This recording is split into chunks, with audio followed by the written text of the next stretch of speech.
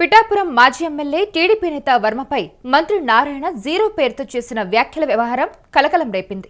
పిఠాపురంలో వర్మను జీరో చేశామన్నట్టుగా మంత్రి నారాయణ వ్యాఖ్యానించారంటూ ప్రచారం జరిగింది.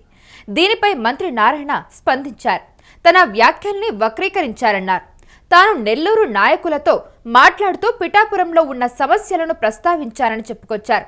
పిఠాపురంలో సమస్యల్ని జీరో చేశానని తాను మాట్లాడితే వర్మను జీరో చేశానని తాను మాట్లాడినట్టుగా మార్చారన్నారు.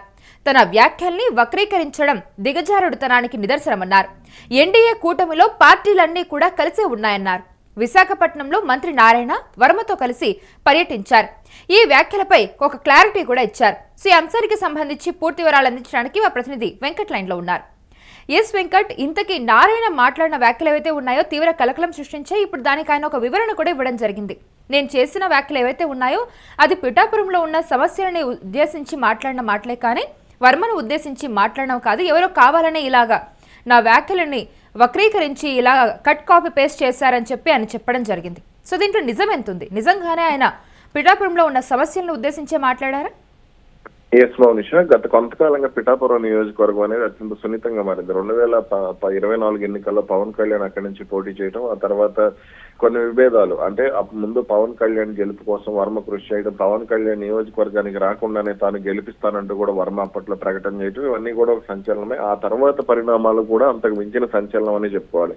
అక్కడ పిఠాపురంలో పవన్ కళ్యాణ్ దాదాపు 70,000కు పైగా మెజారిటీతో గెలిచిన తర్వాత అందులో వర్మ కృషి ఉందనేది టీడీపీ కార్యకర్తలు కానీ టీడీపీ నాయకులు కానీ చెప్తున్నమాట. కానీ జనసేన పార్టీ నాయకులు కానీ ఈ విషయంలో మాత్రం పవన్ కళ్యాణ్ ఇమేజ్ కారణంగానే తాము గెలిచామంటూ కూడా వాళ్ళు చెప్పుకుంటూ వచ్చారు.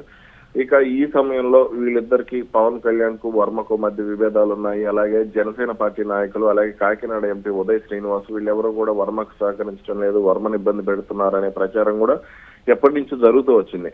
అయితే ఈ సమస్యల విషయంలో పవన్ కళ్యాణ్ కూడా కాస్త సీరియస్ గా దృష్టి సారించి అక్కడ ఏదైతే వివాదాస్పద అంశాలు ఉన్నాయో అవి ఎవరైతే ఇప్పుడు జనసేన ఎమ్మెల్సీ నాగబాబు కానీ లేదా కొంతమంది వర్మను కలుపుకోకుండా వెళ్లే నాయకులు ఎవరైతే ఉన్నారో వాళ్ళందరినీ కూడా కాస్త పక్కన పెట్టడం, వర్మకు కూడా తనవంతుగా ప్రాధాన్యత, ఎందుకంటే పవన్ కళ్యాణ్ అక్కడే స్థిరపడాలనుకుంటున్నారు, అక్కడే పోటీ చేయాలనుకుంటున్నారు, ఇవన్నీ జరుగుతున్నాయి.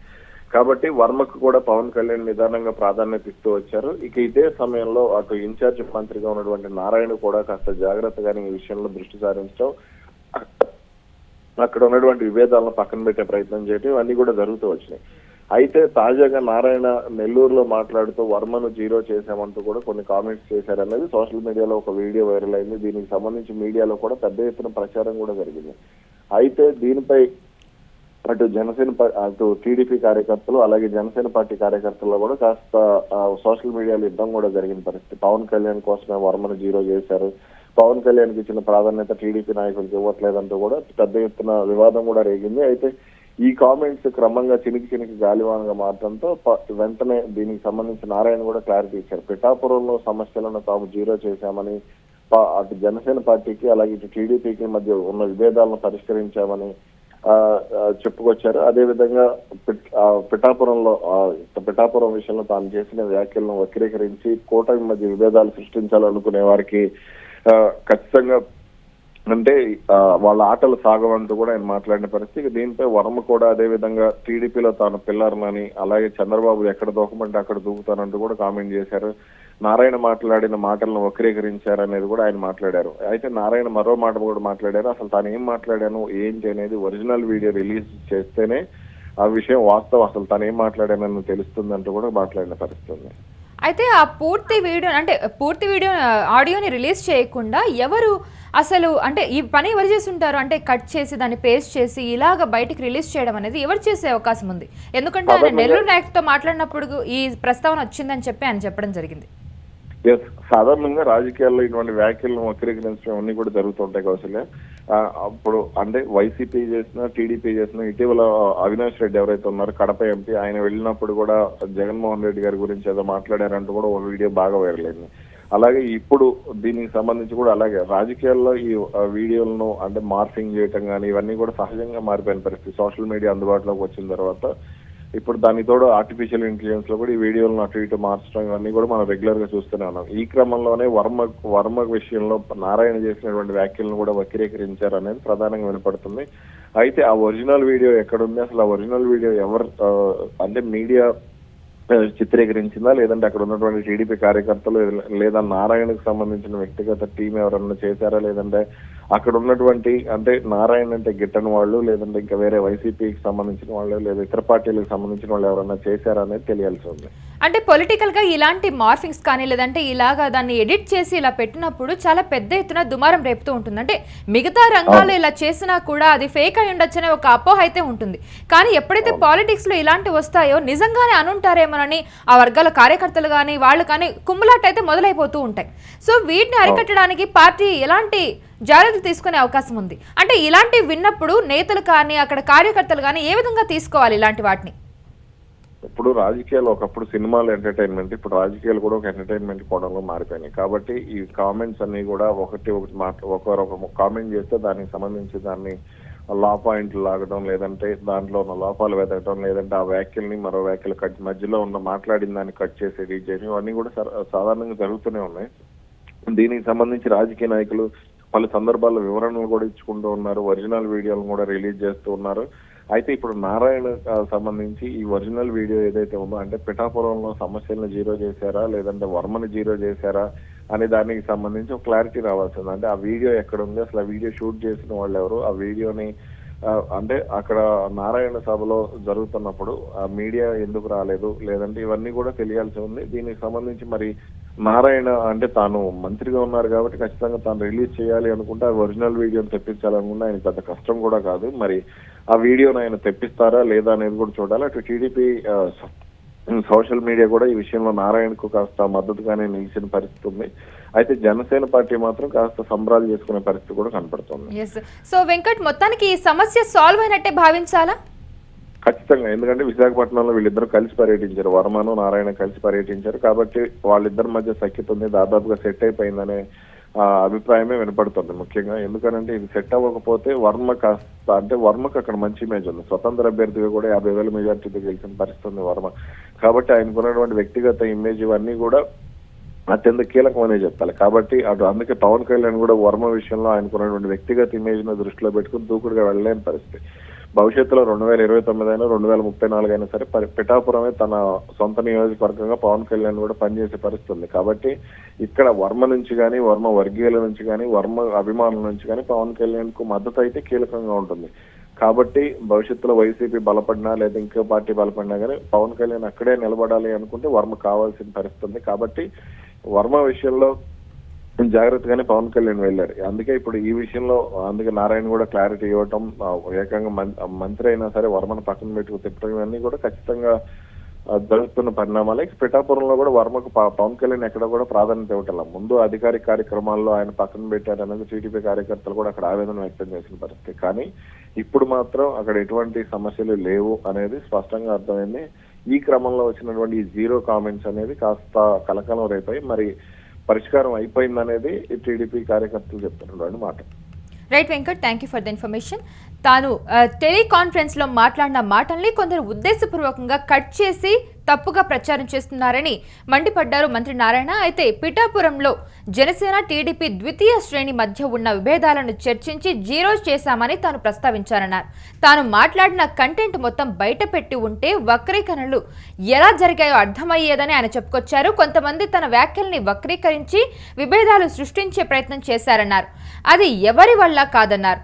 ఎన్డీఏ కూటమి చాలా బలంగా ఉందన్నారు. పిఠాపురంలో స్వాతంత్ర అభ్యర్థిగా పోటీ చేసి 50,000 ఓట్లతో గెలిచిన బలమైన నాయకుడు వర్మ అన్నారు. పిఠాపురంలో జనసేన టీడీపీ సమన్వయంతో కలిసి పనిచేస్తున్నాయని చెప్పుకొచ్చారు మంత్రి నారాయణ. ఆయన మాట్లాడిన ఒక బయట కూడా ఉంది, ఒకసారి అది కూడా చూద్దాం. కొంతమంది ఒకరిద్దరు యాక్చువల్ గెలుకుంటూ ఒకరి మీద ఒకరు పేపర్లో టీవీలో పోతుంటే దాని మీద వారిని వారన్ చేస్తూ నేను యాక్చువల్గా టెలికాన్ఫరెన్స్లో కార్యకర్తలందరికీ చాలా క్లియర్గా చెప్పా, ఎవ్వరు కొట్టుకోవటానికి లేదు, ఒకరి మీద ఒకరు దువ్వుకోవటానికి లేదు, ఒకరి మీద ఒకరు అసత్య ప్రచారాలు చేయటానికి లేదు. ఏదన్నా ఉంటే పార్టీ క్రమశిక్షణ చర్య తీసుకుంటుంది, చాలా రిజిడ్గా ఉంటుందని చెప్తూ నేనేం చెప్పానంటే, ఇలా నేను ఇన్ఛార్జిగా ఉన్న మంత్రిగా ఉన్నటువంటి కాకినాడ జిల్లాలో కూడా చిన్న చిన్నవి ఉన్నాయి. ఉదాహరణకు పిఠాపురంలో కూడా ఉంటే చక్కగా ఆడ మాట్లాడి డిస్కస్ చేసి అక్కడ కూడా చెప్పా, వర్మ గారు 2014లో 50,000 మెజారిటీ కలిశారు, ఆయన చాలా అగ్రెసివ్ నాయకుడు, చాలా చక్కగా అవన్నీ తీసేశారు. అక్కడ ఏ ప్రాబ్లం లేకుండా 0 ప్రాబ్లం ఈరోజు అని చెప్తే దాన్ని వక్రీకరించి రకరకాలుగా దాన్ని సోషల్ మీడియాలో పంపించారు. ఇది కరెక్ట్ కాదు. వైసీపీ నాయకులు ఏమనుకున్నా ఏం చేసినా మా మధ్య ఎటువంటి భేదాలు రావండి. ఎన్డీఏలో ఉన్న జనసేన కానీ బీజేపీ కానీ తెలుగుదేశం మధ్య కానీ ఎటువంటి భేదాలు రావు. నెల్లూరు వర్మ పై నాయకుల మధ్య లేకపోయినా కింద నాయకుల మధ్య ఉండటం సహజం. ఇప్పుడు నేను కింద నాయకులు ఉన్నా కానీ నాకు కూడా ఉంటుంది, ఇది సహజం. అవన్నీ కూడా డిస్కస్ చేసుకుని సర్దుకోవడం జరుగుతుంది. పిఠాపురం నియోజకవర్గంలో టీడీపీ జనసేన పార్టీల మధ్య ఎలాంటి విభేదాలు లేవన్నారు మాజీ ఎమ్మెల్యే వర్మ. కొంతమంది పేటీఎం బ్యాచ్ ప్రచారాలను పట్టించుకోవాల్సిన అవసరం లేదన్నారు. మంత్రి నారాయణ వ్యాఖ్యలపై కొంతమంది తప్పుడు ప్రచారం చేశారన్నారు. తాను తెలుగుదేశం పార్టీలో ఒక పిల్లర్ వంటి వాడినని ఆయన చెప్పడం జరిగింది. మంత్రి నారాయణ జనసేన టీడీపీ మధ్య కాకినాడ జిల్లాలో వారధిగా పనిచేస్తున్నారని చెప్పుకొచ్చారు. కూటమి మధ్య విభేదాలు సృష్టించడం ఎవరి వల్ల కాదన్నారు వర్మ. చంద్రబాబు ఆగమంటే ఆగుతా, దూకమంటే దూకుతా అంటూ ఘాటుగానే స్పందించారు వర్మ.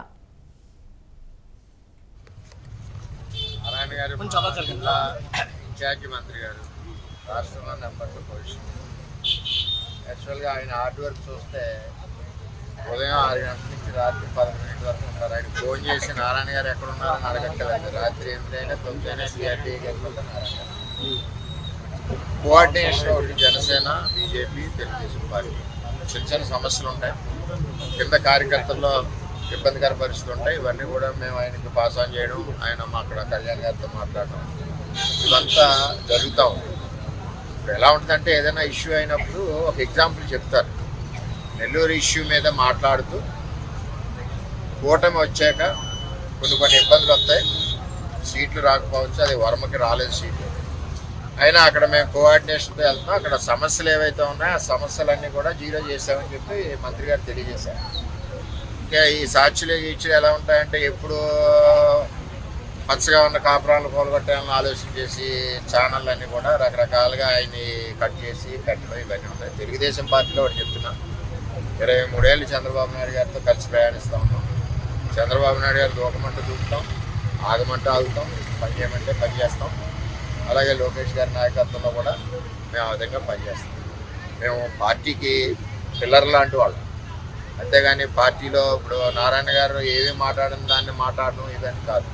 ఒక కోఆర్డినేషన్, ఒక బ్రిడ్జి కింద జనసేన పార్టీకి తెలుగుదేశం పార్టీకి కాకినాడ జిల్లాలో ఏ సమస్యలున్నా మరి 15 రోజులకి 20 రోజులకి ఒకసారి వచ్చి సార్ట్ అవుట్ చేసుకుంటూ వెళ్తున్నారు. మా సమస్యలు కూడా ఆయన చెప్తున్నాం, చంద్రబాబు నాయుడు గారిని కలుస్తున్నాం, మాట్లాడుతున్నాం, అన్ని రకాలుగా ఉంటాయి. కూటమి అనేసరికి జాయింట్ ఫ్యామిలీలో రకరకాల సమస్యలు ఉంటాయి.